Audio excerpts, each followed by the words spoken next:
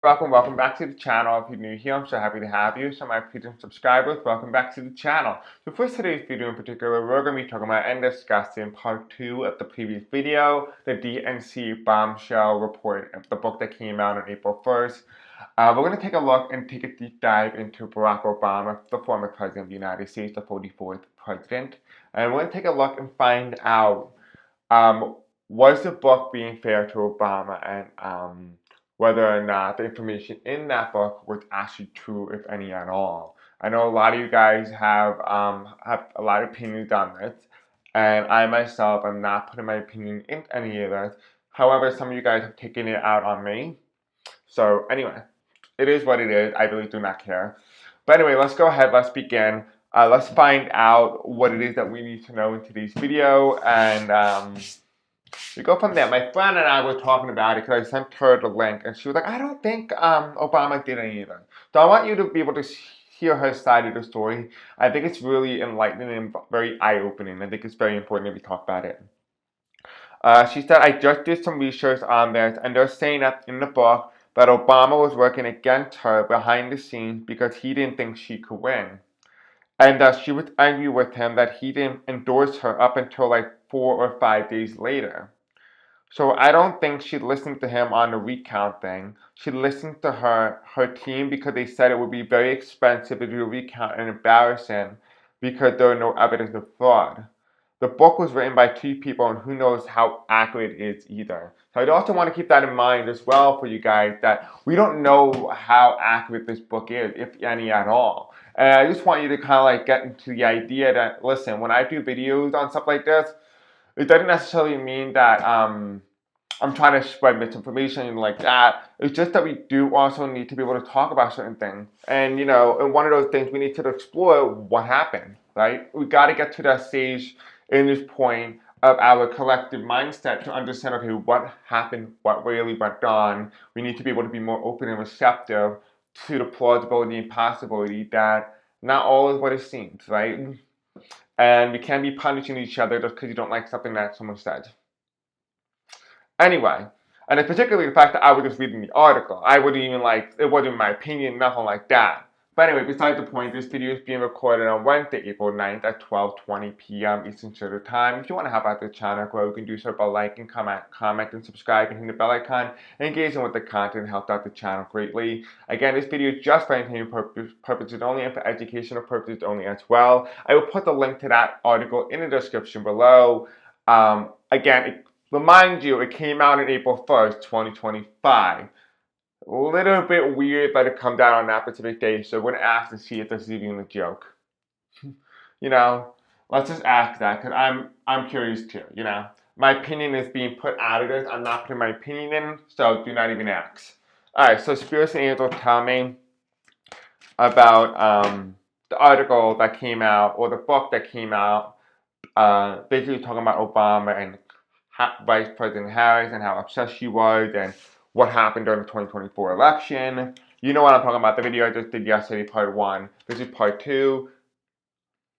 Was this a joke because it came out on April 1st, 2025?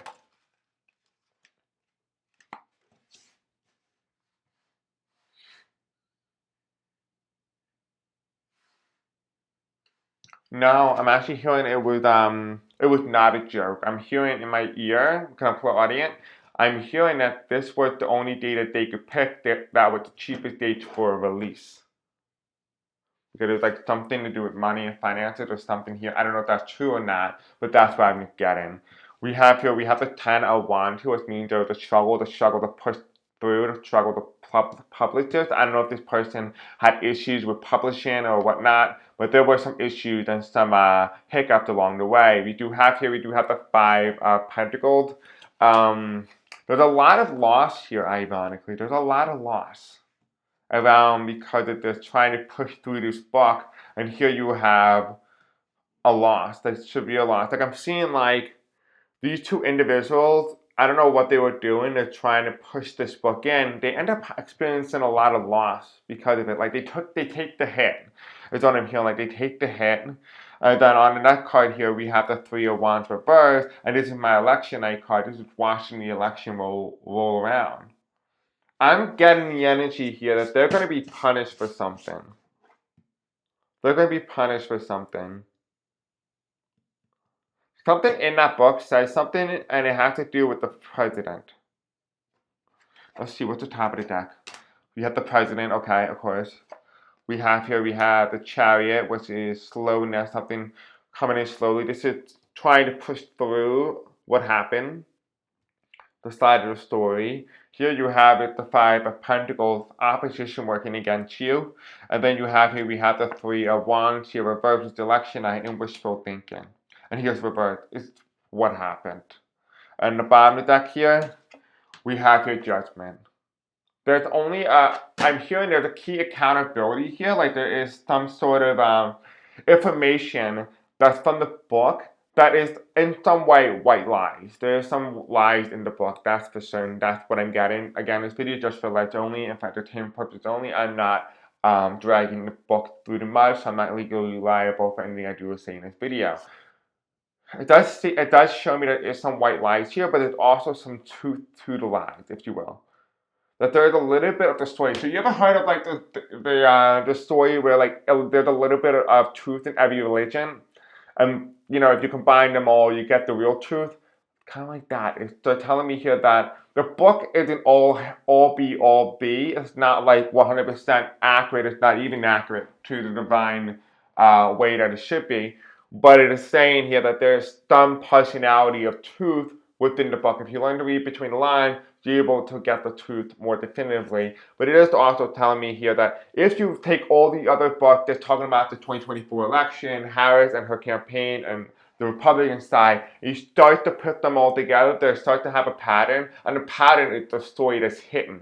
Because remember, when people write books, they write books based on their own personal opinion, on their own perspective. So we're seeing it from a lens of the author, rather than seeing it from the lens of a unbiased standpoint of view. So I wanted to make sure I do put that out there as well, because that's what I'm getting. I'm getting that, you know, it was not a joke. This was intended for something else. There's a goal here. The goal was to kind of showcase what happened, what's behind the scenes type of thing, the bloopers, if you will. But I'm not seeing there was an intent to do mockery, drag people through the mud. It's just to really show the state of things. It's really what it was. It's to show the state of things. And if it's true that the Democratic Party were fighting behind the scenes, you know, it makes a little bit of sense that, you know, the Democratic Party was not as unified as it had appeared to look. So, there's that. Now, again, I'm the messenger, all right? I'm not the author, so don't come after me. I don't want to hear it. I will just block you. Anyway, besides the point, let's go ahead. Let's take a look at former President Barack Obama. Let's take a look at him. Let's see what's going on with him, and let's go from there. So, Spirit Angels tell me with Barack Obama in this book. The book has said that Barack Obama did not believe that Vice President Harris could win, and same with Joe Biden. Can you tell me whether or not there was some sort of legitimacy to the truth to this? Did he publicly say this, or was this an internal thought that was only inside his head?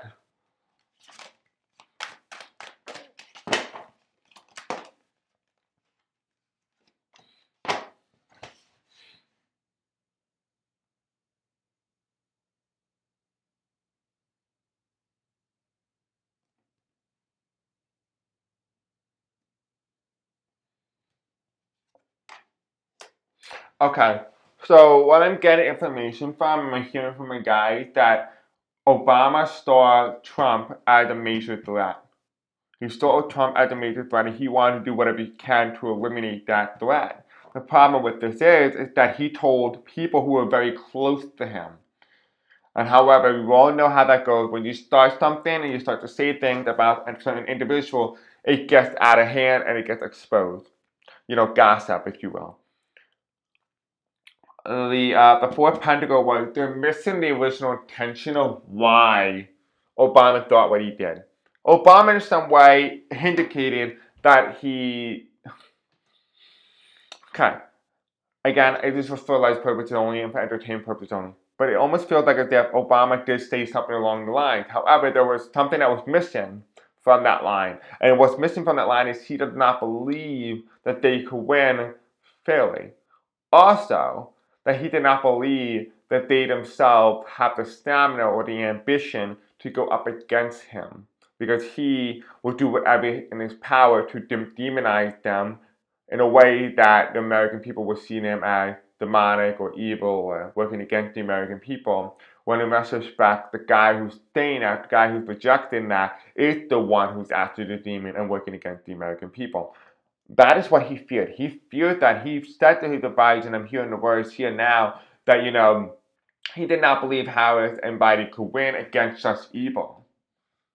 You remember in that book, it didn't specify that, he just said, oh, Obama doesn't believe that Harris or Biden could win. But it was taken out of his full context. But Obama said he does not believe that they could win fairly and that they could, that they won't be able to stand up against such greatness of evil because he is so demonic and so bad that it takes a man of great courage and even a woman of great courage. When I say man, I just mean kind of like their humanity, not like the actual specifically gender. Take the man of it all and to really just plunge him down. Like it almost feels like just David, like the story of David when what's it called? What's that book? It's a Judean book. I'm not Jewish, so I do apologize. But it's about the story of David, and he goes up against the beast and slays the beast. Kind of like that. It's kind of like that type of imagery is what I'm getting. Like that is what he wants to be able to happen. He sees 45 as this big, great ogre, big beast. And then it needs to be eliminated, needs to be destroyed in any capacity, but it's not able to because we don't have the capacity to do it. We don't have the cult-like behavior that 45 has with his MAGA base. That is part of the problem. The part of the problem is there's no coalescing of a base. And so how can you defeat something at such great proportion when the base is not even unified? Right? The base is not unified. The base is not as loyal and is quick to judge when the current administration and the current party and the current supporters, well, they're quick to judge, but not their own, right? Their own is willing to judge from within. They are able to look from within, which is fine, which is a great, a healthy society. But when you're going up against such great evil, people are quick to nitpick and say things like that. And then that's how they fall, and that's how evil people always win, is because people are so quick to judge the good side of things. But when the evil is in, they're willing to judge that, but they're not willing to go out and do anything about it. That's kind of like what I'm getting.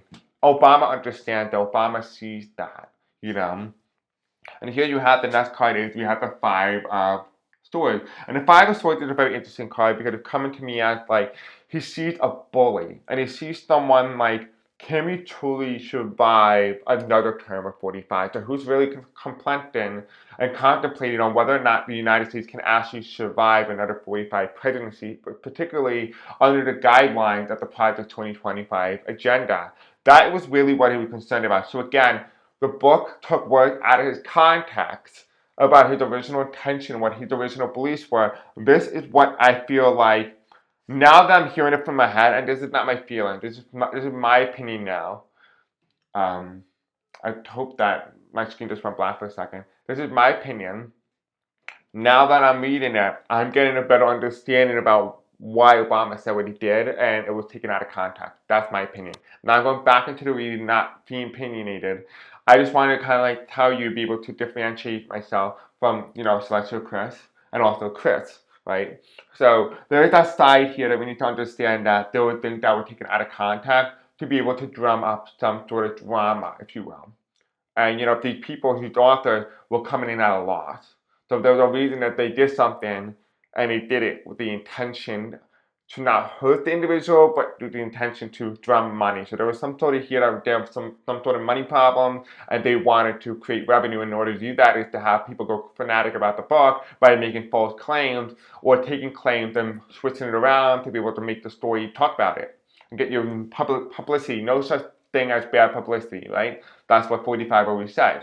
The same concept is applied here when it comes to publishing a book and wanting to be able to get people to go and buy it. Because like, oh, there's no way he said that. Oh, I should read the book. I should buy the book and see if he actually said that. That's the idea. That's the mindset.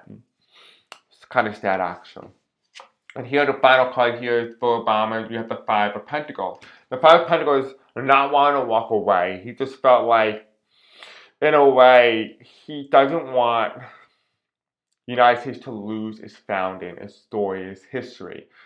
No matter how dark the United States history was, he believed that there is a future of hope. There is a future that we can change, that we can change the future. We can create a sense of hope, a period of prosperity. He does believe that. And I'm getting energy of Michelle, and I'm getting desire in him for a presidential run. I don't know if maybe Michelle Obama is going to try to run or he's going to try to run, but there is some sort of reignition. Something that's being reignited inside of Barack Obama that has to do with some sort of highly political activism. Like there's something in him that was kind of like dormant in 2020, was kind of dormant in 2024, a little bit more active in 2016, but something has relit his flame. But it's not the flame that he had during 2008 or 2012.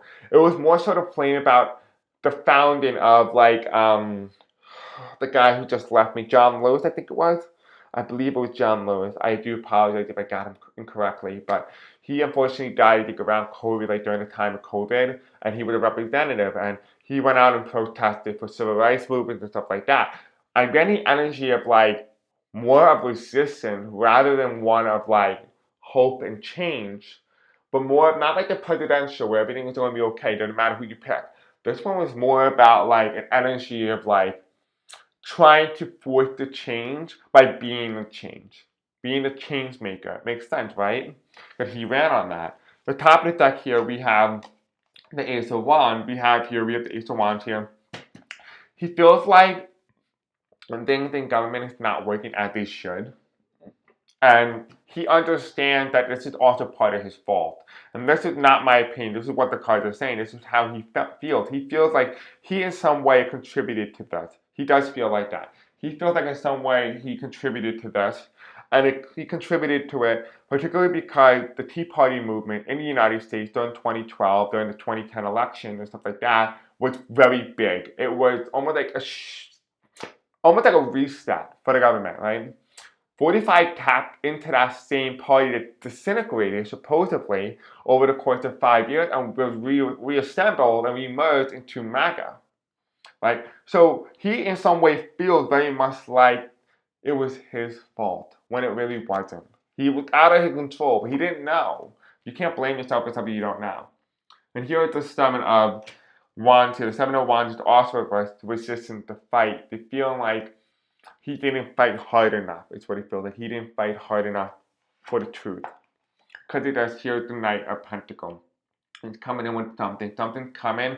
It almost feels like Obama is, in some way, feels so remorseful about the thing that he did for the country, but feel like he didn't fight hard enough for the nation, that he feels like he owes a debt to the nation for electing him, that he's going to try to do whatever he can to try and help the country. It really does feel like that. He feels like he wants to help the nation. He's going to do whatever he can to get us to that point.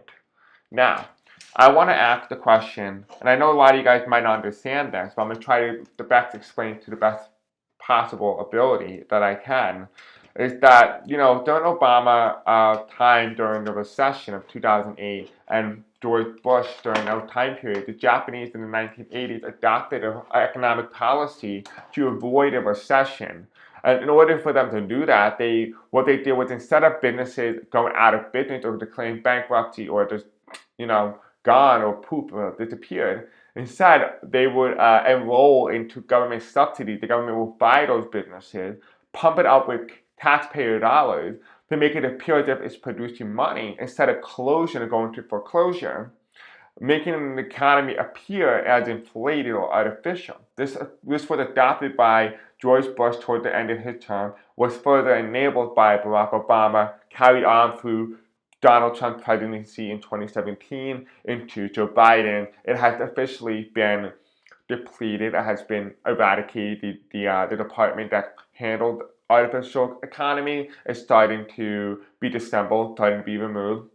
Why is it important? Why is it significant? Because the economy was designed to be artificially inflated so that the economy doesn't crash or that we don't go into a depression or whatnot. It gave this false illusion that we can recover pretty quickly. The economy is really strong. When in retrospect, it actually is anything other than strong. It's taxpayer dollars being pumped into these companies that have no workers, nothing. The doors are open. Their names are still registered as active companies producing money and monetary sum, and the money just goes right through and out back into the government, and it's kind of like a recycling of it. The money doesn't get used or doesn't get produced or nothing. Nothing gets produced. There's no workers there. But it's pumped through the name to make it appear as if it's producing money.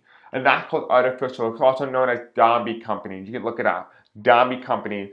It was a very great success in Japan. It has recently collapsed in Japan, probably as of like a couple of years ago, after having a very good economy and be able to inflate that economy for 40 years. It has eventually taken its toll and has collapsed. However, the United States has the same issue. It was initiated in 2008 during George Bush, was carried in by Obama into Donald Trump, into Biden, back into Trump during this time. But because of Project 2025, they decided it was a good idea to slash all programs without any knowledge, not knowing, not understanding that the program that they slash is the same that program that keeps the economy from being artificially ballooned, right? Or potentially keep the economy artificially ballooned from going into a recession or depression, keep the effect lower as like a band-aid. However, because the Trump administration is not aware of this, and Elon is not aware of this, they slashed that. Eventually, that's going to blow up the economy, blow up the stock market, and it's going to hit us really hard.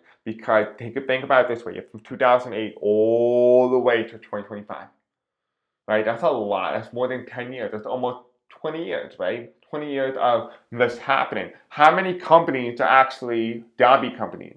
Just say 20% of the U.S. market is zombie companies. 20% of the market gone completely. You delete the program that keeps these things afloat, 20% gone, just like that. The question is, was this intended to act as a reservoir to protect the nation, or was it act as to a prevention toward Donald Trump?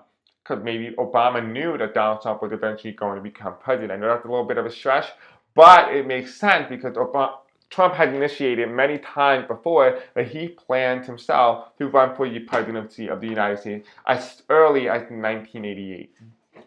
So, let's go ahead, let's take a look, let's find out what we're going to be looking at for today. So, Spirits and Angels, tell me about Barack Obama and George W. Bush adopting zombie companies to artificially inflate the economy. Was it designed to help the economy, or was it designed to prevent Donald Trump from being in office by making the economy crash under his term when he took office?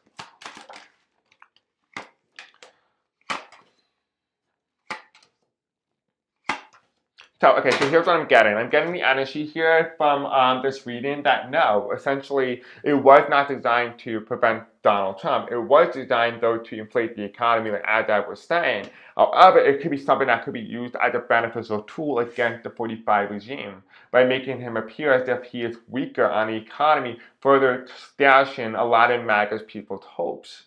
Now, the first cup that comes in is we have the Seven of Cups. The Seven of Cups here means artificially inflated. These things are not as real as they seem. That's why they're in the clouds. They're all imaginative. They are not real. These things are not legit. It's coming in here as well as the Eight of Swords. The Eight of Swords means holding back, restricting something from being drowned out, something from exploding, something from going in from a minor dip in the economy to a massive depression. It was designed to hold off the long-term effect and kind of like trickle it throughout the years rather than all at once. It was also designed as a testing subject because they oversaw how the Japanese did it, and they're like, well, that's a good idea. Why don't we bring it here? And the final card here is we have wishful thinking. You can wish for that idea to happen, that Obama did this and George Bush did this to prevent Donald Trump from doing this. That's not the case. They're saying that's not true. It's saying here that the Page of Cups reverse is literally saying that it could be used as a beneficiary, but it was not designed to stop Donald Trump. But because Donald Trump is slashing things and he's being illiterate and doesn't really understand the complexity of certain offices and departments and what they do and how important they are to the way the country works and operates, then it could be used as a benefit against the 45 regime. Now, the top of the deck here, we have the page of swords. This is something new. This is a band-aid. This is something that was being slapped on to fight something at the moment, to meet the moment, to fight it head on. That's what it was designed to do. And on the bottom of this, we have the Knight of Swords. The Knight of Swords means slowness, right? The slowness, effectiveness, right? Slowness of it, right? That's why it's on the bottom. Then the middle deck here, we have the past administration, right? When this is reversed, it means going to the future. This is the past administration. It's the previous administration. This is the Biden administration. This is talking about the Biden now, right? The artificial economy. This has been around for quite some time. There's no one to blame except the fact that it was an idea that was used to be able to propel the American people out of such economic trouble. But there's a caveat here. It can only hold on for so long. Regardless of what would have happened,